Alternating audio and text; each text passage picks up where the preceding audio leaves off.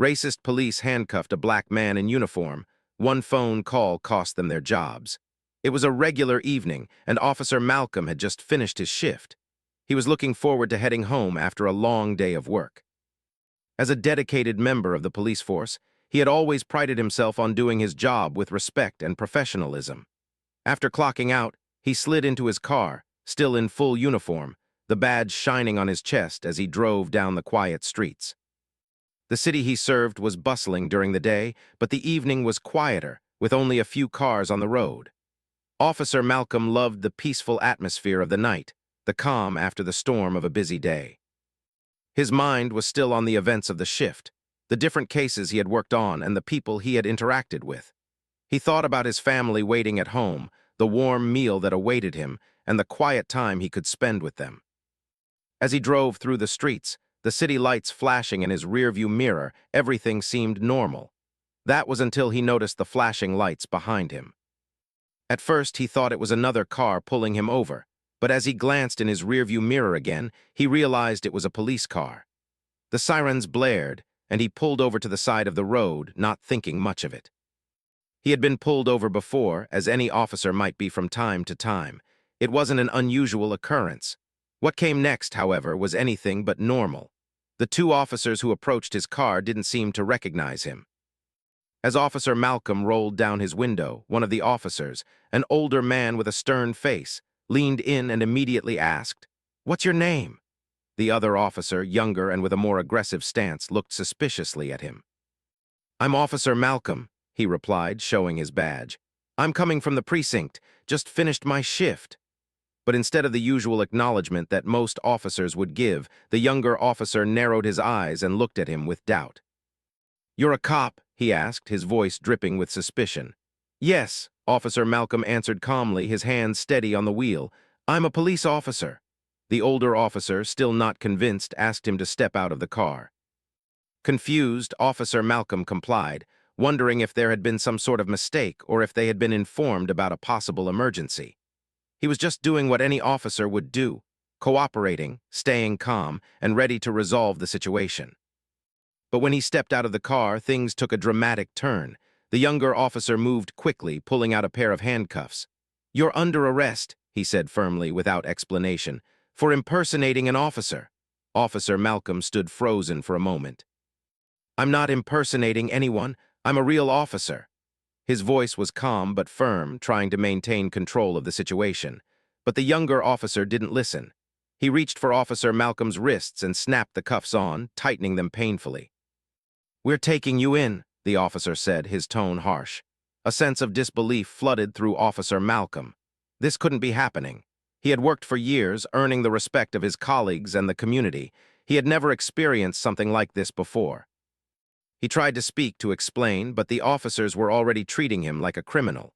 As they pushed him toward the patrol car, Officer Malcolm's mind raced. He knew his rights. He knew the law, but there was nothing he could do in that moment except comply. As the younger officer shoved him into the back of the patrol car, the older officer stepped back, shaking his head. "We need to figure this out," he muttered, but his voice lacked the urgency it should have had. Instead, there was an air of uncertainty and even some discomfort in his tone. Officer Malcolm could feel the weight of the situation growing heavier by the second. He sat there, handcuffed and bewildered, as the two officers exchanged glances. His own thoughts spiraled. Was this really happening? Did they really think he was lying about his identity? Were they questioning him just because of the color of his skin? The more he thought about it, the clearer the unsettling truth became. This wasn't just a case of mistaken identity. This was something deeper, something worse. The younger officer walked over to the front of the patrol car, leaving Officer Malcolm in the back, unable to move, unable to do anything. He felt humiliated, his pride and dignity slowly eroding with every passing moment. He had always been proud to wear the badge, to serve and protect his community. Now, he was on the receiving end of the very treatment he had sworn to fight against. As the minutes passed, the officers spoke in low tones, their words difficult to hear. Officer Malcolm strained to catch a glimpse of what they were discussing. He could tell they were uneasy, maybe even questioning their own actions. But none of it mattered. He was still handcuffed, still trapped in the back of the patrol car. At that moment, Officer Malcolm knew that something had to change. He knew he couldn't let this slide. This wasn't just an isolated incident. It was a glaring example of the kind of racial profiling and injustice that was still rampant, even in the place where he had once felt safe. But there was one thing he had: his phone. With his hands still restrained by the cuffs, Officer Malcolm's heart raced as he carefully pulled out his phone from his pocket. His fingers fumbled slightly as he dialed the number of someone he trusted deeply, an old friend and fellow officer from Internal Affairs. He didn't know if his friend would pick up, but he had to try. He held the phone to his ear and waited. Seconds felt like hours. Then the voice on the other end finally picked up. "Malcolm," his friend sounded surprised but relieved. "What's going on?" "I need help," was all Officer Malcolm could say. His voice was steady, though it was laced with an undercurrent of urgency. The simple words were all it took to set things in motion. As Officer Malcolm sat in the back of the patrol car, handcuffed and surrounded by silence, his mind raced. The disbelief from earlier still lingered, but now, with his phone in his hand, he felt a glimmer of hope. His friend in Internal Affairs had answered the call. This was the lifeline he needed. He could feel his heart beating faster, the adrenaline surging through his veins, but he tried to keep his voice steady. He knew this was a turning point. His friend's voice on the other end was calm, but there was an unmistakable concern in it. "What's going on, Malcolm? What happened?"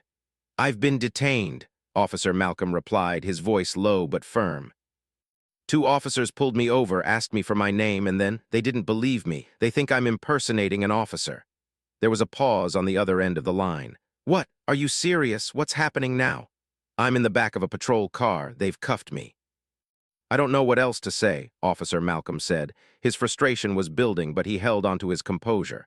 "I need you to come here. I need someone to see this. I can't do this alone." His friend didn't hesitate. "I'll be there in 5 minutes. Stay calm, all right." "We'll handle this." Officer Malcolm nodded, though he knew his friend couldn't see him. He didn't need to be told to stay calm. He'd been trained for moments like these, but this was different. This wasn't a routine encounter with a civilian or even with a criminal. This was something more personal. This was a challenge to his very identity, to everything he had worked for. As he waited, the silence in the car seemed to stretch on forever. He could hear the distant hum of traffic, the occasional sound of a car passing by, but inside the patrol car it was quiet, almost suffocating. The younger officer who had initially detained him was still in the front of the vehicle, his head bent as he spoke with the older officer. From what Officer Malcolm could hear, they were arguing, but he couldn't make out the words. There was a tension in the air, an uncomfortable uncertainty that felt like it was thickening by the second. It was hard for Officer Malcolm to sit still. His wrists ached from the handcuffs, and the position he was in wasn't comfortable. But it wasn't the physical discomfort that bothered him the most. It was the feeling of injustice, the feeling that he was being treated like a criminal when he had done nothing wrong. He had worked so hard for this career, for this life, and now, in the blink of an eye, it was all being questioned because of the color of his skin. His thoughts kept circling back to that. Was this what every black officer had to go through? Was this what they all faced, at least in some form in their careers? Just then, he saw the headlights of another vehicle approaching. His pulse quickened. This was it. His friend was here. Officer Malcolm could feel the weight of the situation shift as the car came to a stop beside the patrol car. The door opened, and the sound of footsteps on the pavement reached his ears. The senior officer who had known him for years appeared at the window. Officer Malcolm felt a wave of relief wash over him. This was someone who understood him, someone who had always had his back. The senior officer's eyes locked onto him for a brief moment, and without saying a word, he signaled for the younger officers to step back.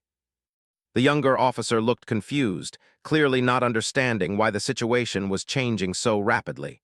But the senior officer didn't care about their confusion. "I'll take it from here," he said firmly, his voice leaving no room for argument. The younger officer hesitated for a second, his hand still on the door handle, but eventually he stepped back. "You can't just," he started, but his words trailed off as the senior officer cut him off. "I said I'll take it from here," the senior officer repeated, his voice commanding but calm. He turned to Officer Malcolm, his eyes softening just a little. "Are you all right?"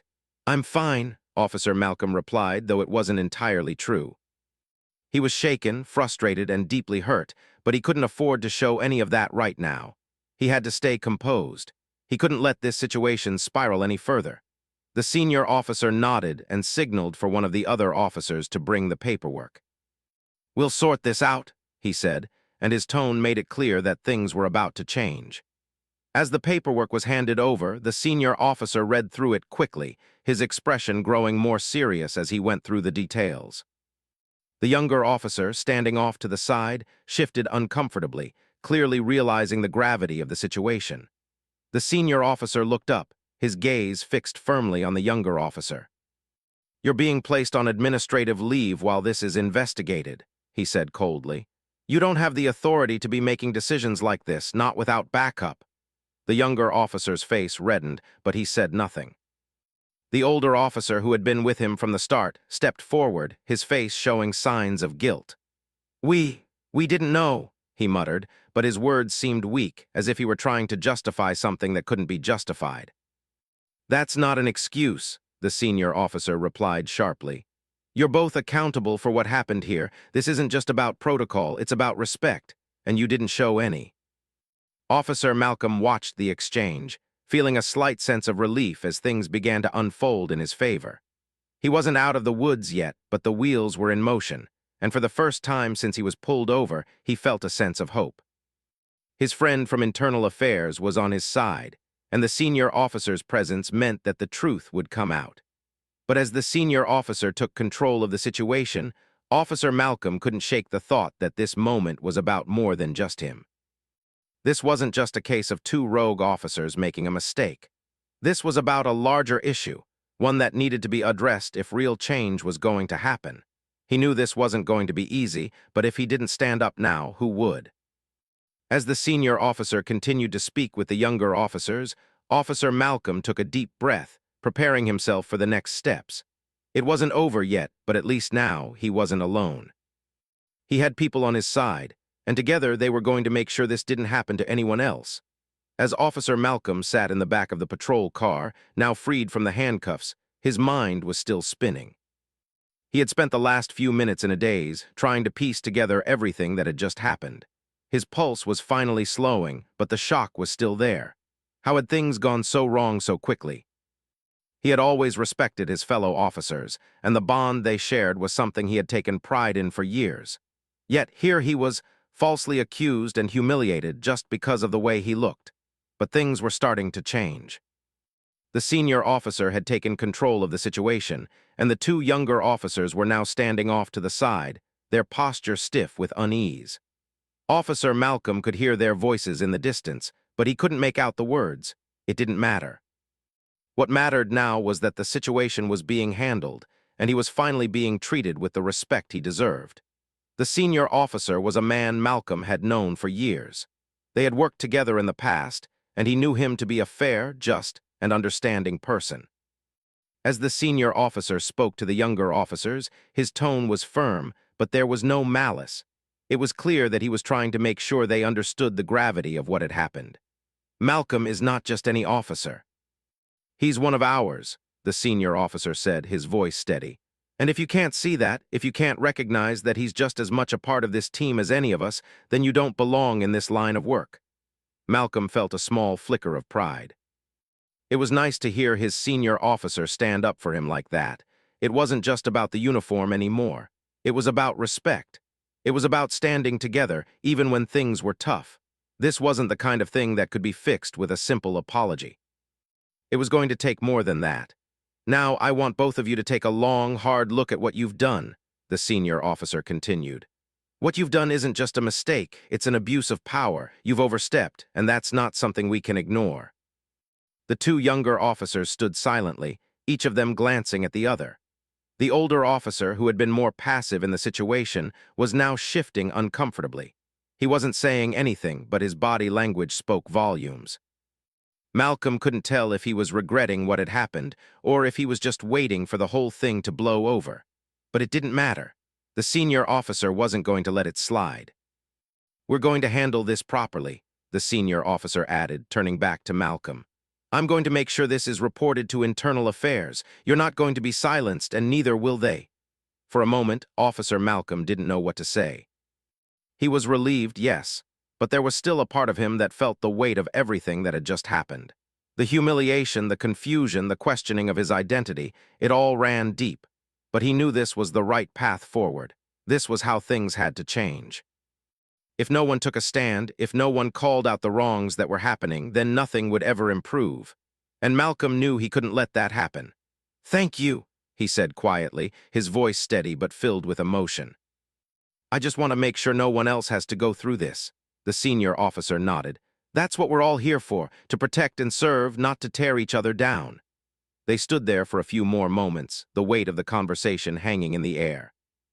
The senior officer made a few final remarks to the younger officers before turning back to Malcolm. "I'll stay with you through this," he said, placing a reassuring hand on Malcolm's shoulder. "We're going to make sure the right thing happens here."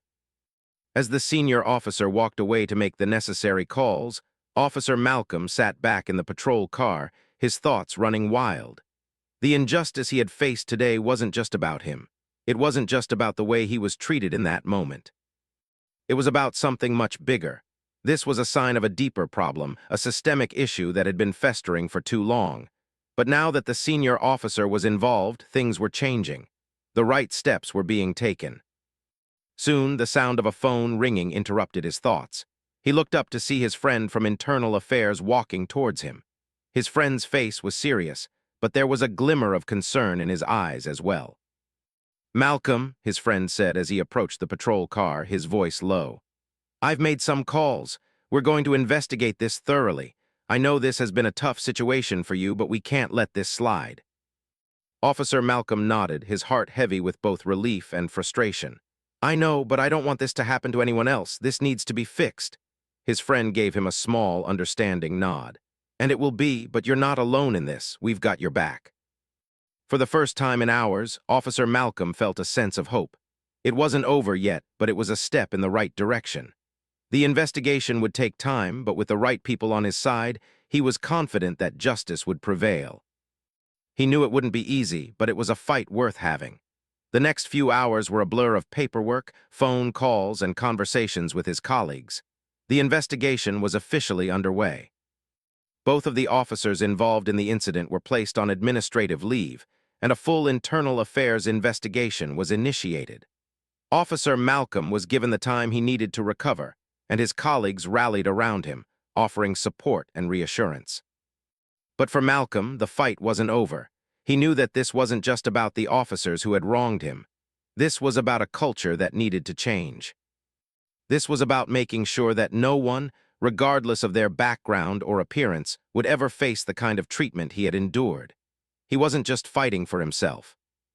He was fighting for the integrity of the police force, for the future of his colleagues, and for the communities they had sworn to protect.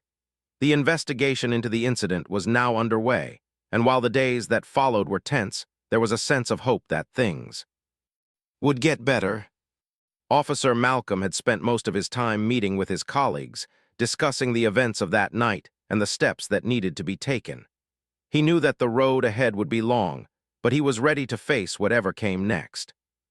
His fellow officers were supportive, and Internal Affairs had been thorough in their investigation. They gathered statements from anyone who had been in the vicinity of the incident, including the senior officer who had come to his rescue. Officer Malcolm was grateful for the support, but it was clear that the two younger officers who had detained him were feeling the weight of their actions. They had been placed on administrative leave, and their futures with the department hung in the balance. Despite the uncertainty, Officer Malcolm couldn't help but feel a sense of vindication. He had been humiliated, yes, but now the truth was coming to light. The investigation was moving quickly, and soon, both officers would have to answer for their actions. It wasn't just about the personal pain he had endured. It was about making sure something like this would never happen again. He didn't want anyone else to have to go through what he had gone through. The days blurred together as the investigation continued. Officer Malcolm spent his time focusing on the support of his family and friends. His wife and children were a source of comfort, reminding him that, no matter what, he wasn't alone. They stood by him, unwavering in their belief that justice would be done.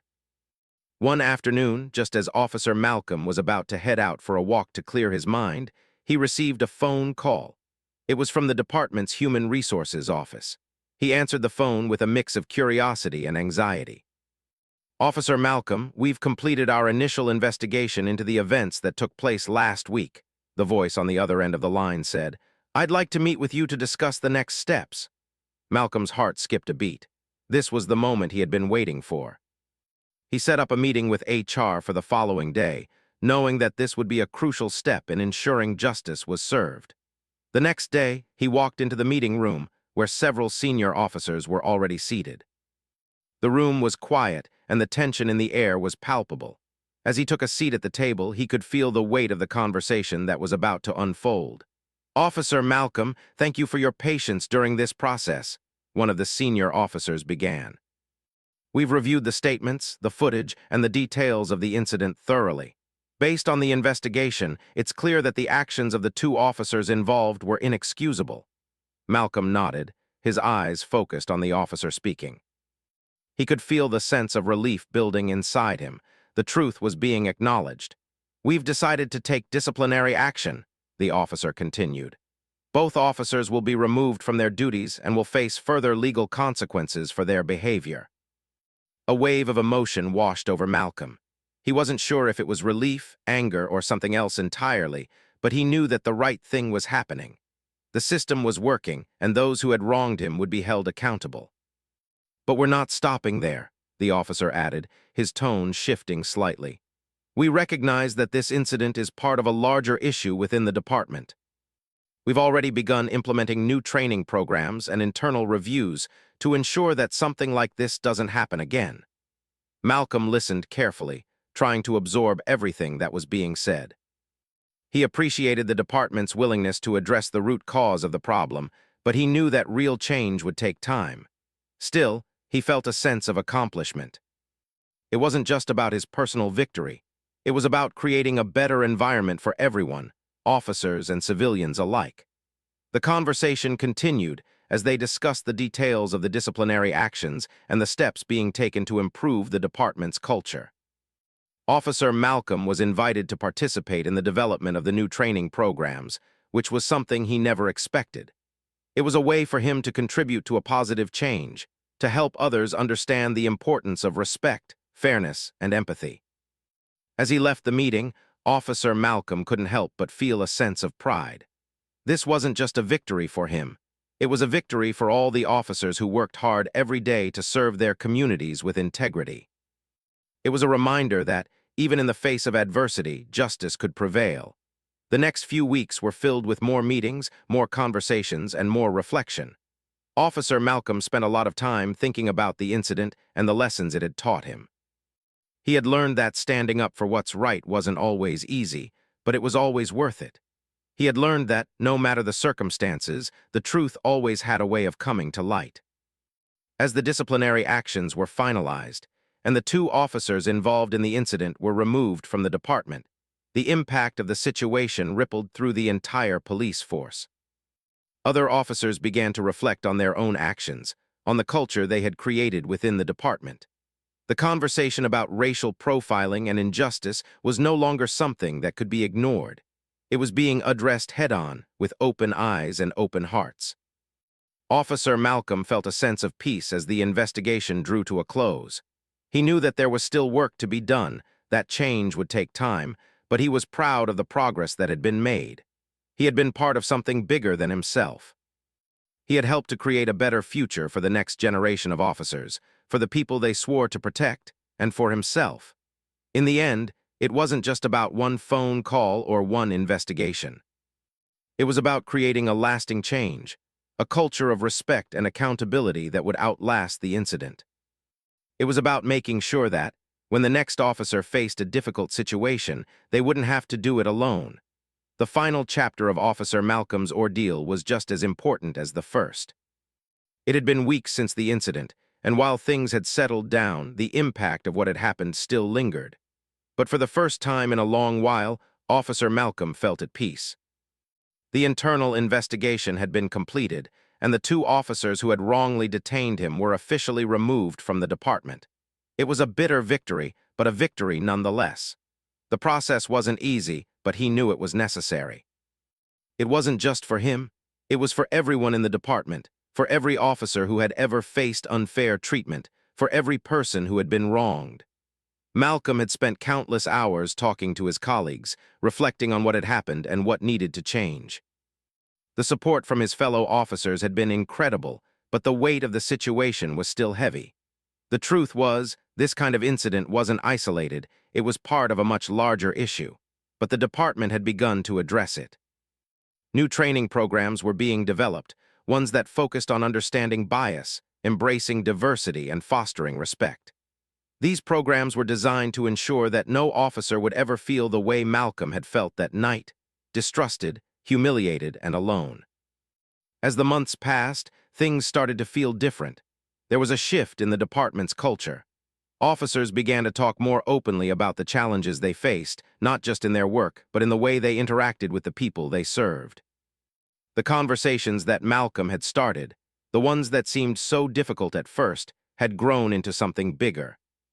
They weren't just about racial bias. They were about how to be better, how to serve with integrity, and how to be the kind of police officers the community could trust. Malcolm wasn't the only one who had been affected by the incident. The entire department had been shaken. But it was a wake-up call, one that led to change. And for that, Malcolm was grateful. He had always believed in the power of the police force to do good, to help people, and to protect the innocent. He still believed that. But he knew now, more than ever, that it was important to hold everyone accountable, to make sure that no one was above the law, and to create an environment where every officer could stand tall with pride. In the weeks following the investigation, Officer Malcolm was invited to share his story with new recruits during their training sessions. He spoke not just about what had happened to him, but about the lessons he had learned and the responsibility that came with wearing the badge. He talked about the importance of empathy, of understanding that the people they interacted with were just that, people. He spoke about the need to listen, to be fair, and to approach every situation with an open mind and heart. As he spoke, he could see the recruits listening intently, some of them nodding in agreement. He could see that they understood the weight of his words. This was a new generation of officers, one that was determined to do better, to be better. They were ready to carry the lessons of the past into the future, and that gave Malcolm hope. One day, as he was walking to his car after a long shift, Officer Malcolm was stopped by one of his fellow officers. It was the senior officer who had stood by him during the ordeal, the one who had made sure he wasn't alone. He smiled as he approached. "You've been doing great, Malcolm," the senior officer said, clapping him on the back. "The changes we've made, the conversations we've had, it's all thanks to you. You've really started something here." Malcolm smiled, but there was a deep sense of humility in his response. "I didn't do it alone," he said. "We're all in this together. It's not just about me, it's about all of us, and it's about making sure that the next generation of officers knows what it means to serve with respect and integrity." The senior officer nodded. "You're right. But you were the spark. You made it happen." Malcolm didn't have much more to say. The conversation was simple, but the weight of it wasn't lost on him. He had started something, yes, but more importantly, he had become a part of something bigger. He had helped to change the culture of the department, and that change was already making a difference. A few days later, as the department held a special ceremony to recognize those who had contributed to the new training programs, Officer Malcolm was honored. He was given a plaque, a symbol of the work he had done to create positive change within the force. It was a small gesture, but to him, it meant the world. The plaque wasn't just a recognition of his efforts. It was a reminder that one person could make a difference, that one voice could spark a movement, and that real change was possible. Standing there, holding the plaque in his hand, Officer Malcolm thought about everything he had been through. The humiliation, the pain, the uncertainty, it had all led him to this moment. It had been difficult, yes, but it had been worth it. The lessons he had learned, the people he had met along the way, and the changes he had helped to bring about, it all mattered. As he looked out at the crowd of his fellow officers, he felt a deep sense of pride. Not just in what he had accomplished, but in what they had all accomplished together. The department was stronger now. It was more united, more aware, and more committed to doing the right thing. And Officer Malcolm knew that, moving forward, things would be different. Better. He walked out of the ceremony that day with a renewed sense of purpose. He wasn't just a police officer. He was a part of a movement that was changing the way law enforcement approached its work, a movement that was grounded in respect, fairness, and accountability. And that, to him, was the most important thing of all.